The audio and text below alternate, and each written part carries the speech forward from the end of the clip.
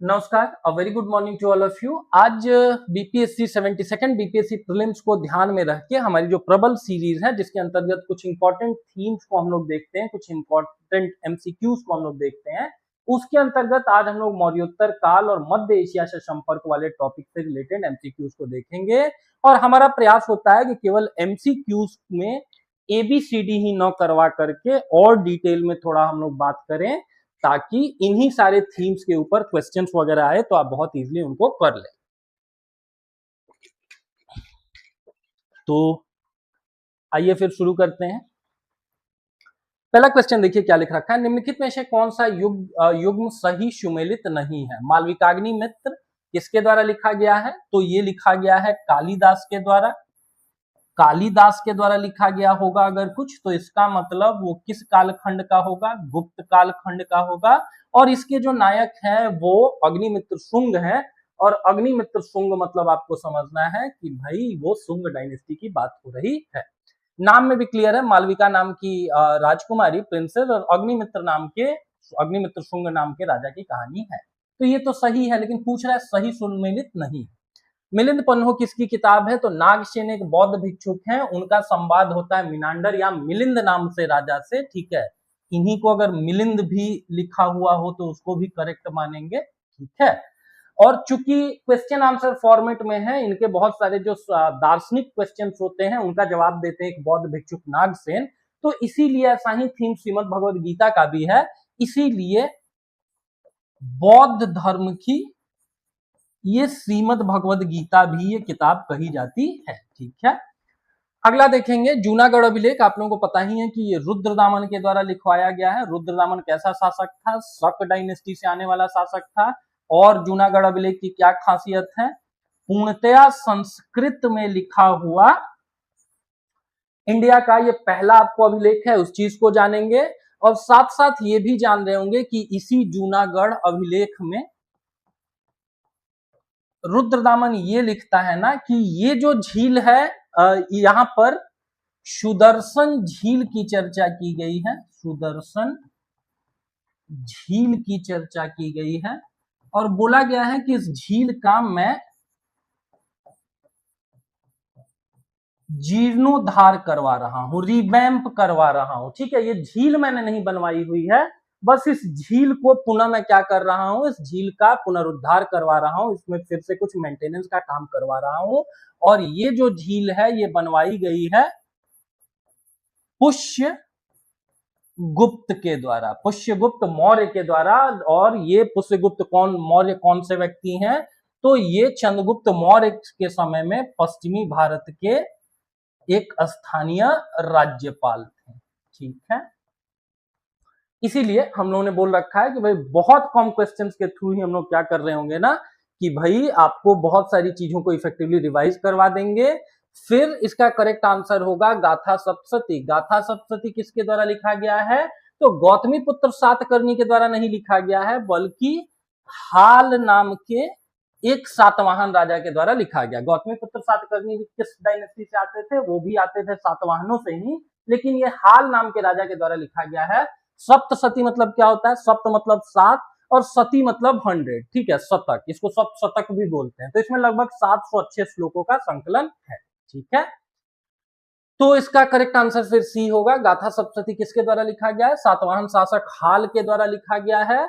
और हाल के ही राज दरबार में एक और विद्वान रहते थे। ये व्यक्ति तो खुद विद्वान रहे होंगे तभी इन्होंने इतनी अच्छी किताब लिखी, बट साथ साथ एक और विद्वान इनके राज दरबार में रहते थे जिनका नाम था गुणाढ्य।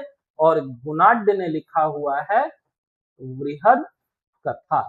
ठीक है, इसको कभी कभी कथा भी लिखते हैं, तो उतना ध्यान में रखेंगे। निम्नलिखित कथनों पर विचार करिए। जो पुष्यमित्र शुंग थे वो अश्वमेध यज्ञ करवाते हैं। ठीक है, पतंजलि पुष्यमित्र शुंग के समकालीन थे और शुंगों ने संस्कृत एवं ब्राह्मण धर्म को संरक्षण दिया। हम लोगों को पता है कि भाई 185 बीसी में क्या होता है कि भाई मौर्य वंश के अंतिम शासक की हत्या कर दी जाती है, उन्हीं के आर्मी कमांडर पुष्यमित्र शुंग के द्वारा। वो अगले राजा बनते हैं।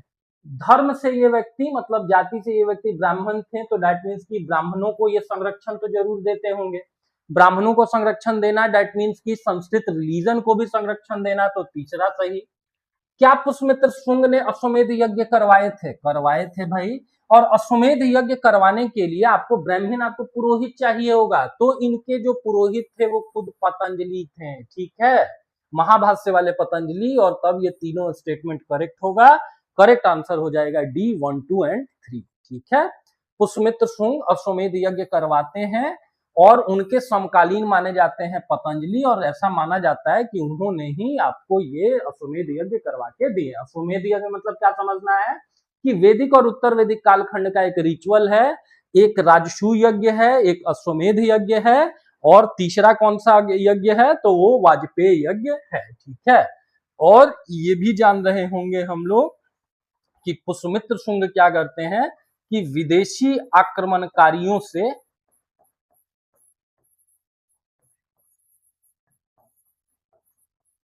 अपने देश की रक्षा के लिए जो राजधानी है, क्योंकि इसके पहले जो मगध की राजधानी होती थी, मगध सबसे इंपॉर्टेंट महाजनपद वो क्या थी, पाटलिपुत्रा थी।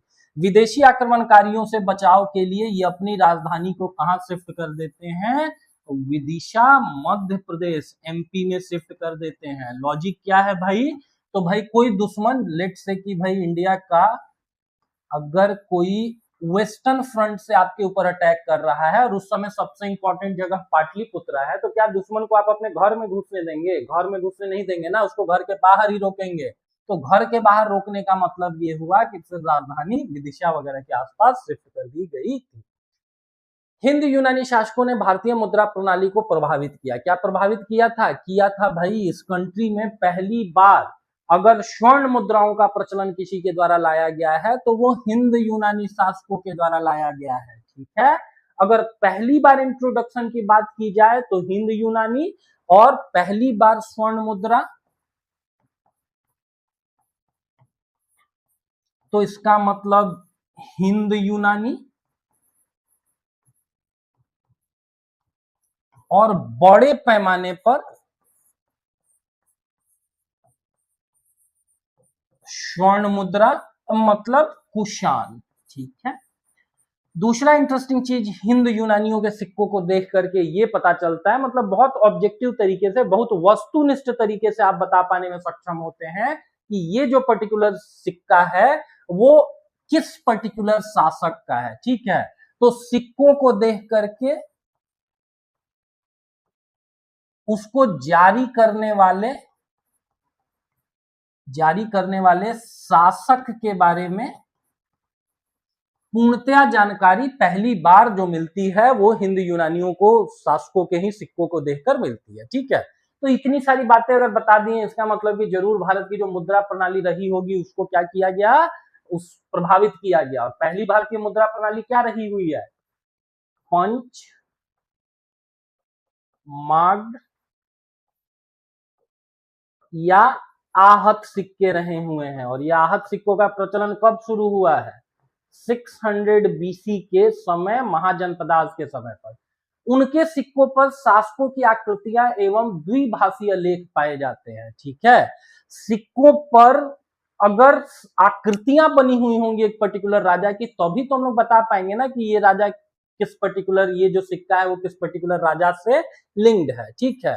और द्विभाषीय लेख पाए जाते हैं, दो दो भाषाओं को इन लोगों ने यूज किया हुआ है। तो इसका मतलब दोनों स्टेटमेंट जो है वो सही है और सही व्याख्या भी है, ठीक है। हिंद यूनानी जो सिक्के हैं उस पर यूनानी और खरोष्ठी दोनों लिपियां, ठीक है, प्रयोग में लाई गई हैं। और चित्रांकन मतलब राजा ने अपने चित्र को बना रखा है, और तभी हम लोग जान पाते हैं कि ये जो एक पर्टिकुलर सिक्का है वो किस राजवंश, किस राजा से रिलेटेड है, ठीक है। अगले में आते हैं, 3 राजवंशों का नाम दिया गया है, 3 राजाओं का नाम दिया गया है, ठीक है। तो आप लोगों को पता ही है कि सिमुक ने क्या किया हुआ है कि सातवाहन डायनेस्टी को स्टैब्लिश किया हुआ है। सातवाहनों की राजधानी क्या थी, पैठन या आपको प्रतिष्ठान थी, ठीक है। और ये जगह कहाँ है फॉर द टाइम बीइंग, तो महाराष्ट्र में मानी जाती है, महाराष्ट्र में, ठीक है। अगला देखिए, कनिष्क तो आप लोगों को पता ही है कि भाई कुषाण डायनेस्टी से संबंधित था, ठीक है। 78 एडी में ये क्या करता है कि अपना एक आपको अपना एक सिक्का, अपना एक संवत आरंभ करता है, जिसको हम लोग बोलते हैं शक संवत। और उसकी खासियत ये है कि भारत का जो राजपत्र है ना, मतलब भारत का ऑफिशियली अगर कोई नोटिस वगैरह होगा तो उसमें 2 डेट दिखेगा, एक आज का प्रेजेंट डेट और दूसरा शक संवत, ठीक है। और वासुदेव आप लोगों को पता ही है कि कन्नौज से संबंधित है। कन्नौ लोग कब रूल करने आते हैं, तो कन्नौ लोगों का जो शासन काल है वो माना जाता है कि भाई शुंगों के बाद उन लोगों ने रूल करना शुरू किया, ठीक है। तो 2 हो गया, फिर 1 हो गया और 3 हो गया, 2 1 3, मतलब करेक्ट आंसर फिर क्या हो रहा होगा आपका, ये हो रहा होगा वसुदेव कन्वों से रिलेटेड, सिमुक सातवाहनों से रिलेटेड और कनिष्क कुषाणों से रिलेटेड, ठीक है। जिस तरीके से सिमुक के बारे में हम लोगों ने जाना कि भाई ये व्यक्ति सातवाहन डायनेस्टी को स्टैब्लिश करता है, इन लोगों की राजधानी प्रतिष्ठान या पैठन थी। ठीक वैसे ही कुषाणों के बारे में जानेंगे कि इन लोगों की 2 राजधानियां थी, पुरुषपुर जो आज के समय का पेशावर है, और दूसरा मथुरा जो आज के समय का मथुरा ही है, ठीक है। तो करेक्ट आंसर फिर क्या हो रहा होगा, ये हो रहा होगा। उस चीज को एक बार ध्यान देने की जरूरत है, ठीक है। अगले क्वेश्चन में आते हैं। त्रिसमुद्र तोय पीतवाहन उपाधि किस शासक से संबंधित है, ठीक है। ये चारों जो राजा हैं ये सातवाहन डायनेस्टी से संबंधित है। इन लोगों का जो सबसे प्रतापी राजा था वो गौतमी पुत्र सातकर्णी था। साउथ इंडियन बहुत सारी मूवीज में आप लोग देखते होंगे, दिखाया भी जाता है। अगला हाल के बारे में हम लोगों ने बात किया ही कि हाल जो है वो एक तरीके से बहुत स्कॉलर, बहुत विद्वान राजा था, तभी उसने गाथा सप्तशती लिखा। सिमुक ने इस राजवंश की स्थापना की, वो भी हम लोगों ने देखा। लेकिन त्रिसमुद्र तोय पीतवाहन जो उपाधि है ना, ये किसके लिए है, तो यज्ञ श्री सातकर्णी के लिए है, ठीक है। तभी ये अपने सिक्कों पर जहाज का अंकन करवाता है। जहाज मतलब उस समय वायुयान, ठीक है, वायु जहाज का आपको आविष्कार नहीं हुआ था, एरोप्लेन का आविष्कार नहीं हुआ था, ठीक है। तो कौन सा जहाज, पानी का जहाज। एग्जाम में ऐसे करके पूछे कि समुद्री यात्रा का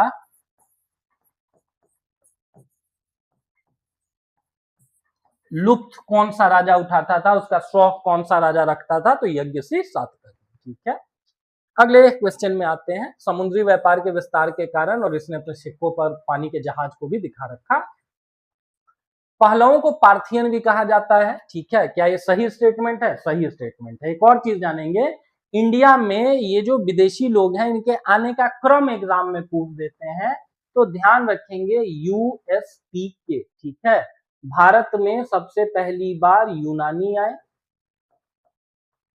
उसके बाद शक लोग आए, फिर यही पहलव या पार्थियन आए, और सबसे आखिर में कुषाण लोग आए हैं, ठीक है। तो इस क्रम को हमेशा ध्यान में रखेंगे। गोनोफर्नीस पहलव शासक था, तो हाँ भाई ये पहलव शासक था, इस चीज को भी ध्यान में रखेंगे। और last but not the least, saint Thomas के भारत आगमन का संबंध गोंडोफर्नीस से जोड़ा जाता है।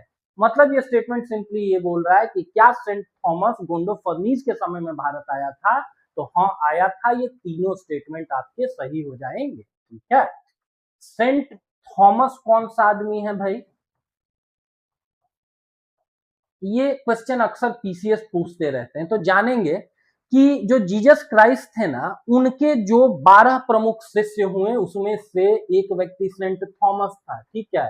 लास्ट एमसीक्यूज के सेशन में हम लोगों ने देखा है कि जैन धर्म से संबंधित महावीर स्वामी के जो प्रमुख शिष्य थे उनको क्या कहा जाता था भाई, तो उनको कहा जाता था गणधर, ठीक है। उनको क्या कहा जाता था, दे वर कॉल्ड एज गणधर। तो इस एक स्टेटमेंट को भी ध्यान में रखेंगे, और साथ में ये भी जान रहे होंगे कि जो सेंट थॉमस है इनकी समाधि कहां पर है, तो इनकी समाधि चेन्नई या मद्रास में है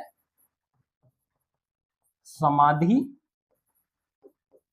और माना जाता है कि भारत में पहली बार क्रिश्चियनिटी को प्रमोट करने वाले ईसाई धर्म के जो पहले प्रवर्तक हैं, पहले प्रमोटर हैं, ये यही व्यक्ति हैं। और प्रमोट करने का काम उन्होंने केरल से किया है, मतलब साउथ इंडिया में एक्टिव थे। और साउथ इंडिया में एक्टिव होने का मतलब ये हुआ कि धीरे धीरे करके फिर वो क्या करते हैं कि चेन्नई वगैरह के आसपास आकर के वो मर जाते हैं, वहीं पर उनकी समाधि हमारा प्रयास ये है कि केवल ABCD वाले क्वेश्चंस आपको न कराएं, हम केवल ऑप्शंस पे बात नहीं कर लें कि इसका आंसर ए होगा, इसका आंसर बी होगा, बल्कि और भी कुछ कुछ क्वेश्चन आप लोगों से इन्हीं सारे थीम पे पूछे जाए तो उनको भी करने में आप सक्षम हो। जैसे समाधि पूछ देते हैं, चेन्नई या मद्रास ईसाई धर्म के पहले प्रवर्तक इस कंट्री में, और कहां से इन्होंने ईसाई धर्म का प्रचार करना शुरू किया, तो दक्षिण भारत, और उसमें भी बहुत स्पेसिफिक होके केरल। ठीक है, अगला क्वेश्चन देखेंगे, निम्नलिखित में से कौन सा कथन गलत है। ठीक है, कनिष्क की राजधानी पुरुषपुर थी, अभी हम लोगों ने देखा कि पहली पुरुषपुर, दूसरी मथुरा, सही है। चौथी बौद्ध संगति कहां हुई है, कश्मीर में हुई है। ठीक है, कश्मीर में भी कुंडलवन में हुई है। ठीक है, किसकी अध्यक्षता में हुई है, तो अध्यक्ष थे वसुमित्र। अगला चीज ये कि किस राजा के शासन काल में हुई है, तो कनिष्क के शासन काल में। और क्या खासियत थी, तो महायान और हीनयान में बौद्ध धर्म का विभाजन हो गया। ठीक है, महायान और हीनयान में बौद्ध धर्म का आपको विभाजन हो गया। अश्वघोष कनिष्क के दरबार से संबंधित थे। ठीक है, तो चरक हो गए, ठीक है, या अश्वघोष हो गए, ये सब के सब कनिष्क के राज दरबार में थे, या वसुमित्र हो गए। ठीक है, ये सब के सब लोग किसके राज दरबार में थे, तो कनिष्क के राज दरबार में थे। इसका मतलब बी भी आपका करेक्ट हो गया। गलत स्टेटमेंट पूछ रहा है, तो कनिष्क हीनयान बौद्ध धर्म का प्रमुख संरक्षक था। वो हीनयान का प्रमुख संरक्षक नहीं था, इस चीज को ध्यान में रखेंगे। वो किसको प्रमोट करता था, तो वो महायान को प्रमोट करता था। और महायान का मानना है कि भगवान बुद्ध जो थे ना, वो देवता थे। ठीक है, वो मनुष्य नहीं थे, बल्कि वो देवता सदृश थे। ठीक है, यहीं पे फिर आगे जाकर के बोधिसत्वा का कॉन्सेप्ट वगैरह डेवलप हुआ। ठीक है, तो कनिष्क जो है वो महायान शाखा का संरक्षक था, न कि हीनयान का। ठीक है, अगला देखिए, निम्नलिखित का सही मिलान करिए। रुद्रदामन संस्कृत अभिलेख, अभी हम लोगों ने देखा कि इस देश का जो पहला बड़ा संस्कृत अभिलेख है वो एक शक शासक रुद्रदामन का है, और इसमें सुदर्शन लेख के जीर्णोद्धार की चर्चा की गई। थोड़ी देर पहले उन्होंने ये भी बात किया कि मिनांडर का एक दूसरा नाम क्या है, मिलिंद भी है, जिसकी किताब है नागसेन के साथ संवाद करते हुए मिलिंद पन्हो। और तीसरा कनिष्क, कनिष्क को जाना जाता है चौथी बौद्ध संगति के लिए। ठीक है, तो फिर करेक्ट आंसर क्या हो जाएगा, 1, 2 और 3। ठीक है, ये सारे के सारे चीजें एकदम सिमिलरली ही आपको करेक्ट है। ठीक है, अगले में देखिए, सातवाहनों के बारे में पूछ रहा है कि प्रशासन में मातृ नामों का प्रयोग किया मिलता है। ठीक है, जरूर मिलता है भाई। गौतमी पुत्र सातकर्णी, मतलब राजा का नाम है सातकर्णी, उनकी माता जी का नाम Gautami, and that's the exact reason कि नाम के सामने गौतमी। यज्ञ श्री सातकर्णी, मतलब माता जी का नाम क्या है, आपको सातकर्णी। एग्जाम में पूछते हैं कि मातृ नाम वाला राजवंश कौन सा है, तो यही आपको सातवाहन है। इस चीज को ध्यान में रखेंगे।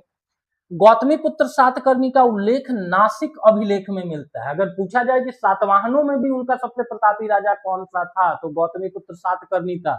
साउथ इंडिया में देखेंगे कि हर दूसरे तीसरे साल एक मूवी बन जाती है आदमी के ऊपर। और नासिक अभिलेख में ही बताया गया है कि एक शक शासक नहपान को, जो कि आपको शक था, इसको बुरे तरीके से हरा दिया गया गौतमी पुत्र सातकर्णी के द्वारा। तो ये भी स्टेटमेंट सही है। तीसरा स्टेटमेंट देखते हैं कि सातवाहनों ने मुख्यतया संस्कृत को राजभाषा बनाया। तो संस्कृत को इन लोगों ने राजभाषा नहीं बनाया है, बल्कि वहां की भाषा प्राकृत थी। अभी थोड़ी देर पहले उन्होंने बात किया ना कि प्रतिष्ठान या पैठन जो जगह है वो कहां पर है, तो वो महाराष्ट्र में है। महाराष्ट्र में कौन सी लैंग्वेज चलती है भाई, तो मराठी चलती है। माना जाता है कि मराठी लैंग्वेज का विकास हुआ है शोर या स्वरसैनी लैंग्वेज से, और स्वरसैनी लैंग्वेज का खुद विकास हुआ है प्राकृत भाषा से। ठीक है, तो जो सातवाहन लोग हैं, ठीक है, ये हिंदू धर्म के संरक्षक तो थे, लेकिन संस्कृत भाषा नहीं बल्कि प्राकृत भाषा को इन लोगों ने अपनी राजभाषा बनाया है। इसका मतलब ये सही है, ये सही है और ये गलत है। इसका मतलब जो करेक्ट स्टेटमेंट होगा वो 1 और 2 होगा। ठीक है, 1 और 2।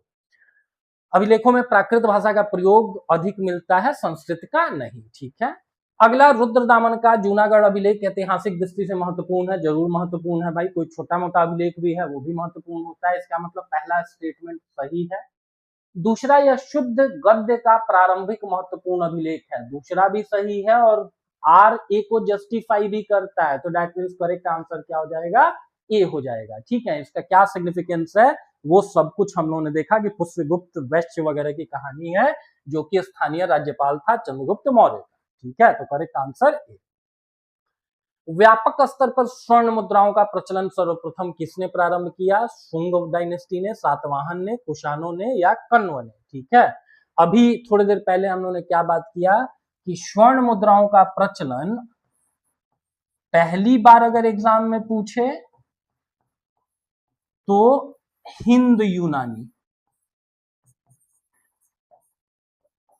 और अगर व्यापक स्तर पर पूछे मतलब बहुत सारे सिक्के मिलते हैं उस कालखंड के, तो फिर करेक्ट आंसर फिर क्या हो जाएगा, करेक्ट आंसर हो जाएगा कुषाण। ठीक है, अगले क्वेश्चन में चलते हैं। कुषाणों में क्या है कि भाई इनके एक राजा थे विमकड़फीशस और कनिष्क, इन दोनों ने स्वर्ण मुद्राओं का व्यापक प्रचलन आरंभ किया है, इस फैक्ट को जानेंगे।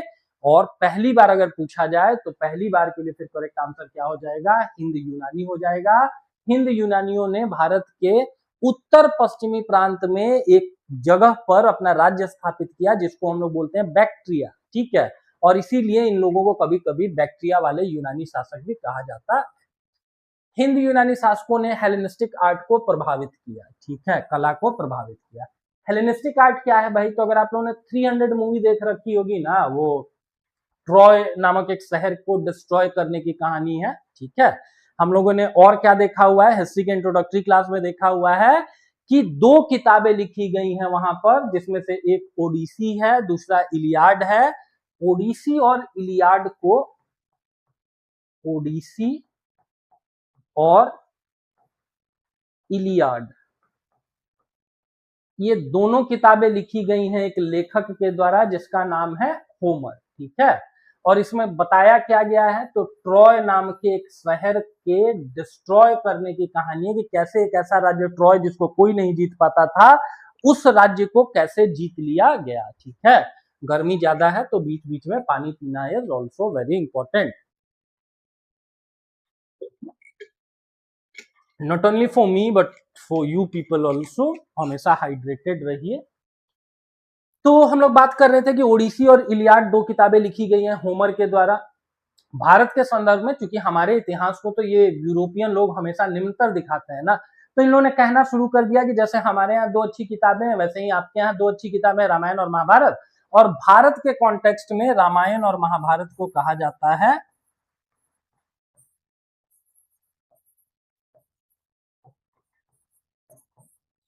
भारत की ओडिसी और इलियाड। ठीक वैसे ही जैसे वो लोग बोलते हैं भारत का नेपोलियन समुद्रगुप्त को, या भारत का विलियम शेक्सपियर कालिदास को, जबकि वो लोग ज्यादा पहले एग्जिस्ट करते थे, ज्यादा बड़े साम्राज्य पे उन्होंने शासन किया, ज्यादा अच्छे ग्रंथों की रचना की कालिदास ने। ठीक है, बहरहाल यहाँ लौटते हैं, तो यहाँ से हम लोगों को जीएस के 2 फैक्ट मिले कि होमर ने लिखा है ओडिसी और इलियाड, और इसमें ट्रॉय नामक एक शहर को डिस्ट्रॉय करने की कहानी है। I am quite hopeful that few of you have must gone through that movie Troy. Troy आप लोगों में से कुछ लोगों ने जरूर देखी होगी। ठीक है, उसी ट्रॉय में दिखाते हैं कि 2 राजकुमारों में से एक राजकुमार एक दूसरे राज्य की बड़ी सुंदर सी राजकुमारी को एब्डक्ट करके भगा करके लेकर के आ जाते हैं अपने साथ।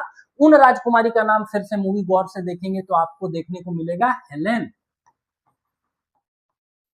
ठीक है, ऐसा माना जाता है कि भाई यूरोप में उस समय जो सबसे सुंदर महिला थी वो थी हेलेन। हेलेन की उन लोगों ने बड़े पैमाने पर मूर्तियां बनाना प्रारंभ कर दिया, और वहां से इस आर्ट को कहा गया हेलेनिस्टिक आर्ट। अब यूरोपीय लोग, जो यूनानी लोग इंडिया में आए, जो ग्रीक लोग इंडिया में आए, इन्होंने अपनी उस कला का प्रचार प्रसार इंडिया में भी किया होगा। ठीक है, आप देखते होंगे ना कि सीरियल्स वगैरह में जब भी कोई देवता अवतरित होते हैं ना, तो उनके सर के पीछे एक ऑरा, एक आभा मंडल जरूर होता है। ठीक है, तो ये सारी चीजें उन लोगों ने इंडिया में प्रारंभ हुआ है यूनानियों को देखा देखी। यूनानियों ने हेलेनिस्टिक आर्ट को क्रिएट किया। अगला देखते हैं, गांधार कला पर यूनानी प्रभाव स्पष्ट है। ठीक है, अब गांधार महाजनपद कहां पे था, तो इंडिया का जो नॉर्थ वेस्टर्न फ्रंट है वहीं पर तो था। ठीक है, अब गांधार जिसकी राजधानी तक्षशिला, जहां के आचार्य थे, जो दुनिया की पहली यूनिवर्सिटी भी है, फर्स्ट यूनिवर्सिटी, और फर्स्ट यूनिवर्सिटी होने के कारण मतलब यहीं पर एक और प्रोफेसर थे जिनका नाम था चाणक्य। ठीक है, तो ये जो यूनानी लोग रहे होंगे, इन्होंने पहला आक्रमण कहाँ किया होगा? केरल में तो किया नहीं होगा, ठीक है, नॉर्थ ईस्ट में भी नहीं किया होगा, कहाँ किया था? इंडिया का जो उत्तरी पश्चिमी इलाका है वहीं पर गांधार है। तो वहां के लोगों के साथ जब कला का संश्लेषण हुआ, विचारों का आदान प्रदान हुआ, तो यूनानी लोगों की जो कला थी हेलेनिस्टिक आर्ट की, देखो हम लोग इतने अच्छे तरीके से मूर्तियां बनाते हैं, तो ठीक वैसी ही चीजें हम लोगों ने भी सीखी और फिर गांधार कला पर यूनानी प्रभाव या इसी हेलेनिस्टिक आर्ट का हम लोगों को इन्फ्लुएंस देखने को मिलता है। मूर्तियां बड़े व्यापक पैमाने पर बनाई गई, मूर्तियों के इर्द गिर्द ऑरा या आभा मंडल दिया जाने लगा। गांधार कला का विकास मुख्यतः गुप्त काल में हुआ है, ये गलत स्टेटमेंट है। ठीक है, क्या यूनानी लोग गुप्त काल के समय में तीसरी चौथी शताब्दी में, चौथी पांचवी शताब्दी में इंडिया में आए थे क्या? नहीं आए थे। ठीक है, हम लोगों ने क्या पढ़ा है कि 326 बीसी अलेक्जेंडर, ठीक है, उसका आक्रमण भारत के ऊपर, तो दैट मीन्स कि और ये 500-600 साल पहले की कहानी है। और गांधार कला का विकास मुख्यतः गुप्त काल में नहीं हुआ है, उसके पहले, उसके 400-500 साल पहले से ही ये आपको एग्जिस्टेंस में था। तो पहला दूसरा आपको सही होगा और तीसरा गलत होगा। तीसरा गलत, 3 जगह पे कट कर देंगे, बच गया केवल ए, 1 और 2 की तरफ से आते हैं। निम्नलिखित में से कौन सा क्रम कालानुक्रमिक रूप से सही है? ठीक है, शुंग लोग आए, फिर उसके बाद क्या कर्ण लोग आए, क्या फिर उसके बाद सातवाहन लोग आए, फिर उसके बाद कुषाण लोग आए, तो ये पहला वाला स्टेटमेंट ही सही है। ठीक है, पहले शुंग लोग आए, ठीक है, शुंग लोगों ने किन को रिप्लेस किया? मौर्य लोगों को रिप्लेस किया। उन्हीं के अंतिम शासक बृहदत्त की हत्या कर देते हैं पुष्यमित्र शुंग, और लगभग 185 बीसी में ये क्या करते हैं कि शुंग डायनेस्टी को स्टैब्लिश करते हैं। ये लोग ब्राह्मण थे और संस्कृत वगैरह को संरक्षण देने का काम वगैरह करते थे। ठीक है, अब शुंग लोगों का अंतिम शासक आप लोगों से पूछ दिया जाता है, ठीक है, देवभूति था। अंतिम शासक कौन सा व्यक्ति था? देवभूति। ठीक है, किसका? तो शुंग लोगों का। ठीक है, इसी की हत्या कर दी जाती है कण्वों के जो पहले शासक थे वसुदेव के द्वारा। ठीक है, और ये क्या कर देते हैं कि अब एक नए राजवंश की स्थापना कर देते हैं, विच इज कण्व। ठीक है, इसी वंश का फिर आखिरी शासक आता है सुशर्मा, और सुशर्मा की हत्या कर दी जाती है सातवाहनों के द्वारा। फिर वो सातवाहन डायनेस्टी को स्टैब्लिश करते हैं, और सातवाहन डायनेस्टी के बाद फिर क्या होता है? फिर कुषाण लोग रूल करते हैं। तो करेक्ट आंसर ए। निम्नलिखित में से किसे भारतीय नेपोलियन कहा जाता है? थोड़ी देर पहले हम लोगों ने बात किया कि भाई समुद्रगुप्त को कहा जाता है। नेपोलियन कहाँ का शासक था? तो फ्रांस का था। इसी ने क्या किया हुआ है कि महाद्वीपीय व्यवस्था लेकर के ये आया, और महाद्वीपीय व्यवस्था में इसने कहा, कॉन्टिनेंटल सिस्टम में इसने कहा कि यूरोप का तो भाग ही नहीं है यूनाइटेड किंगडम, तो यूनाइटेड किंगडम के साथ कोई सारी देश अगर बिजनेस वगैरह करेगा तो उसके ऊपर हम लोग आक्रमण करेंगे। ठीक है, तो यूनाइटेड किंगडम को चूंकि आपको वहां को यूरोपियन कॉन्टेक्स्ट में उसको अलग थलग कर दिया गया, तब वहां की जो क्राउन था वो इस चीज के लिए मजबूर हुआ। वहां की कंपनियों को अब यूरोप में व्यापार नहीं मिल रहा था, तो अब वहां का शासक मजबूर हुआ कि भारत जैसा बड़ा बाजार आपको यूरोपियों के लिए आपको क्या किया जाए? खोला जाए, एक ब्रिटिश अन्य कंपनियों के लिए खोला जाए। और उसी के प्रभाव में 1813 का जो चार्टर एक्ट है वो लाया गया। ठीक है, इसके साथ ये भी जान रहे होंगे कि नेपोलियन जो है ना, वो फ्रेंच रिवॉल्यूशन के बाद, फ्रेंच रिवॉल्यूशन के बाद वहां पे बहुत ताकतवर बन के उभरता है। और फ्रेंच रिवॉल्यूशन का ईयर कौन सा है? तो 1789 है। ठीक है, तो समुद्रगुप्त गुप्त डायनेस्टी से आते थे, इस चीज को देखेंगे। अगला क्वेश्चन देखेंगे, नहपान कौन सा राजवंश का था? शक का था। इसको हराने वाले व्यक्ति कौन से हैं? तो गौतमीपुत्र सातकर्णी है। ठीक है, मिनांडर हम लोगों ने क्या देखा हुआ है कि हिंद यूनानी शासक था, और गोंडो फर्निस जिसके समय में सेंट थॉमस या सेंट थॉमस इंडिया आते हैं, ठीक है, इसको इंग्लिश में थॉमस लिखते हैं और हिंदी में टॉमस या थॉमस कुछ भी लिखते हैं, ठीक है। पहली शताब्दी में ये भारत आते हैं और यही क्या करते हैं कि इंडिया में क्रिश्चियनिटी को का प्रचार प्रसार करते हैं। करेक्ट आंसर क्या हो जाएगा? 1, 2 और 3। अगला क्वेश्चन देखिए, कनिष्क के समय में संस्कृत को संरक्षण मिला, क्या ये ऐसा हुआ होगा? जानेंगे कि आपको फर्स्ट सेंचुरी एडी में कनिष्क रूल करते थे, 78 एडी में इनका शक संवत है और इन्होंने किस शाखा को, बौद्धिज्म की किस शाखा को आपको संरक्षण दिया? तो महायान को दिया और महायान में भगवान बुद्ध को देवता सदृश समझा गया, बोधिसत्वों का कॉन्सेप्ट दिया गया। आप हमको कमेंट में एक्सप्लेन कर सकते हैं कि भाई ये बोधिसत्व का कॉन्सेप्ट क्या है, ठीक है। तो अब इसमें क्या कर दिया गया कि इलीट लोगों की ही, जो समय का इलीट सोसाइटी था उसी की लैंग्वेज को धीरे धीरे अडॉप्ट किया गया और इलीट लोगों का उस समय जो सम्भ्रांत वर्ग था उसकी लैंग्वेज थी, ब्राह्मण्स की लैंग्वेज थी संस्कृत। और एनसीईआरटी लिखती है कि कला कनिष्क ने क्या किया हुआ है कि कला को भी संरक्षण दिया हुआ है और संस्कृत को भी संरक्षण दिया हुआ है, ठीक है। अश्वघोष और नागार्जुन क्या इनके समकालीन थे? तो थे, और साथ में चरक और वसुमित्र भी थे, ठीक है। इनके जो राज्य वैद्य थे वो चरक थे, ठीक है, ये वैद्य हैं, डॉक्टर, फिजिशियन हैं और इन्होंने ही चरक संहिता वगैरह लिखी हुई है। कुषाण साम्राज्य मध्य एशिया और भारत के बीच सेतु था, क्या ऐसा है? था। रेशम मार्ग को आरंभ करने वाला जो राजवंश है ना वो कुषाण लोग हैं। इसका मतलब कि इसका जो करेक्ट आंसर होगा वो डी होगा, तीनों स्टेटमेंट सही है। कुषाणों का एम्पायर देखिए, तो हम लोगों ने बात किया ना कि इनकी 2-2 राजधानियां थी, ठीक है। एक तो पुरुषपुर था, पेशावर था यहाँ कहीं पे, और दूसरा मथुरा था, ठीक है, यहाँ पर। और इनका साम्राज्य देखिए कहां तक फैला हुआ है, तो रशिया तक, जो यूनाइटेड यूएसएसआर था ना वहां तक इनका राज्य आपको एक्सटेंडेड है। देख सकते हैं फरगना, फरगना से इंडिया में कौन आया हुआ था? बाबर आया हुआ था, ठीक है। तो उज्बेकिस्तान वगैरह तक इन लोगों का शासन चलता था, इस चीज को ध्यान में रखेंगे। करेक्ट आंसर फिर हो जाएगा आपको डी, ठीक है। डी मतलब 1, 2 और 3 तीनों करेक्ट है, ठीक है। निम्नलिखित में से कौन सा युग्म कौन सा पेयर सुमेलित सही से नहीं है, ठीक है। पतंजलि ने क्या महाभाष्य लिखा हुआ है? लिखा हुआ है। थीम क्या है? तो संस्कृत ग्रामर।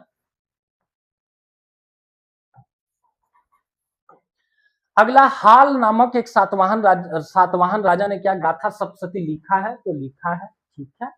अश्वघोष ने क्या बायोग्राफी ऑफ भगवान बुद्ध लिखा हुआ है? बुद्ध चरित्र मतलब क्या हुआ?